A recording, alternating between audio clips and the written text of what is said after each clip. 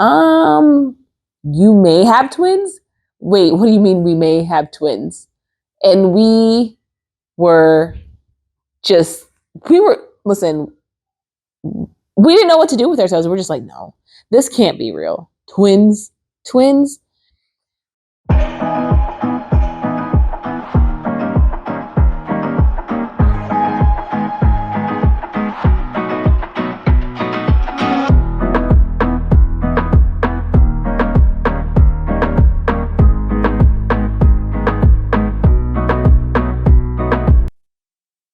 Hey you guys, Sheena Renee here. Welcome to my YouTube channel, or for those who are returning, welcome back.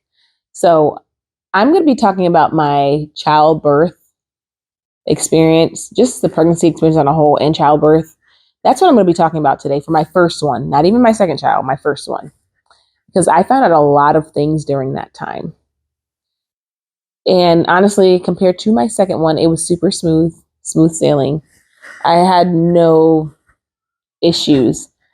So let's start off about when we first found out. We found out about 2 weeks in, because I missed my period. And I was like, okay, check it, found out. So we went and made an appointment with the OB pretty early. We found out 2 weeks. And it was in the, beginning stages. So not really much to see. All you would see is like the little sac where the egg is. And that's pretty much all we saw. But when we went, we found out some things, okay? So first thing I found out was I have something called bicornuate uterus, and that's when your uterus is split in half, and you have different levels, you have different severities, different degrees of bicornuate uterus. So mine was like mild. Mine was just like this. So it wasn't like extreme, but you have some people that have like extreme like this. So mine wasn't extreme. It was like mild. But with that, there were like typically people with bicornuate uteruses, they have miscarriages. So you can imagine my mind was going and working. And I was just like, oh my goodness. Oh, Lord, why? Is all I could say. Lord, why? And just during that process, you continued the exam and everything. And then during the process of continuing the exam, in each of the uteruses, or uterus, I don't know, you guys, uterus, in each one, in each horn, as you would call it, there was a sac. So they were like, oh, we see 2 sacs, you guys. You may have twins? Wait, what do you mean we may have twins? And we didn't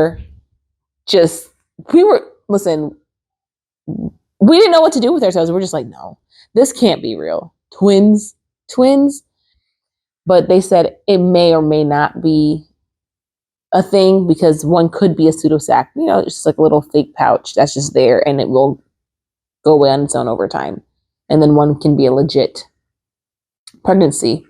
So we're like, okay, cool. I guess we'll come back and find out. So as time went by, it was a pseudosac. It wasn't an actual viable pregnancy in whichever horn it was in, but the other horn it was.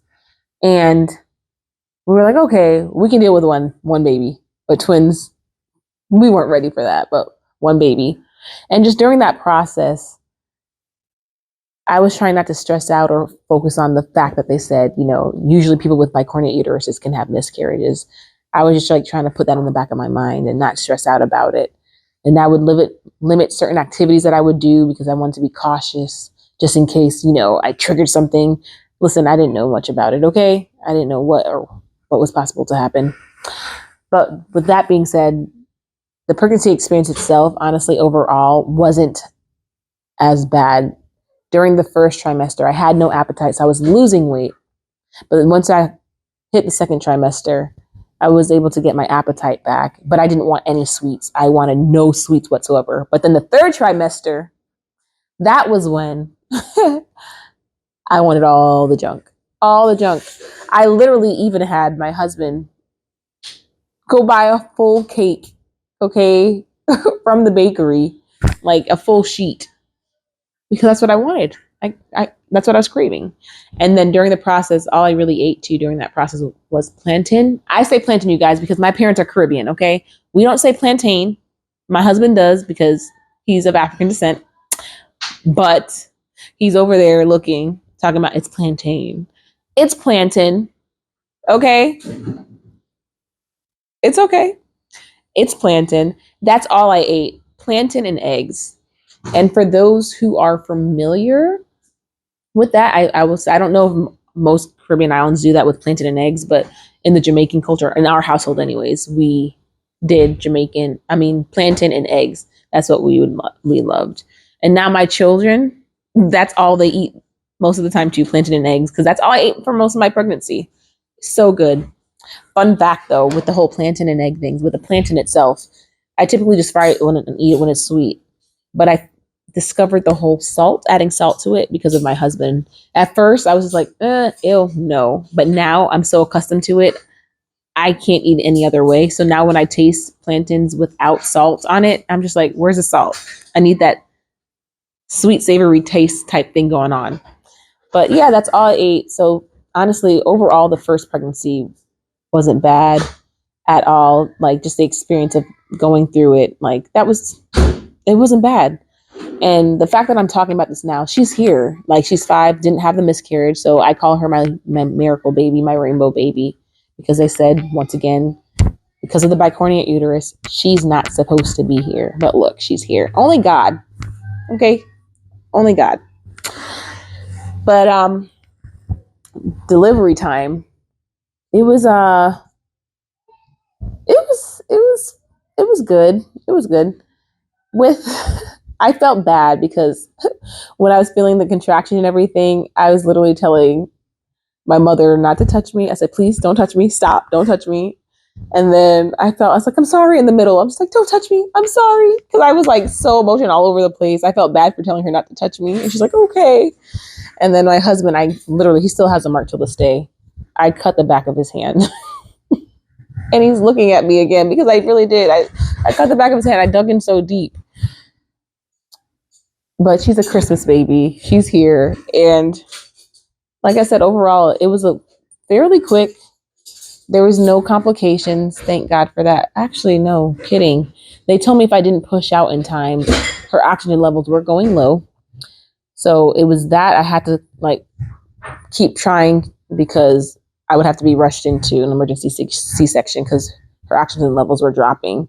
So they had to do a whole lot of things after she was born. But I mean, it wasn't severe to the point where she was in NICU or anything. But honestly, I'm just grateful that she's here, grateful to be here, to still see her growing.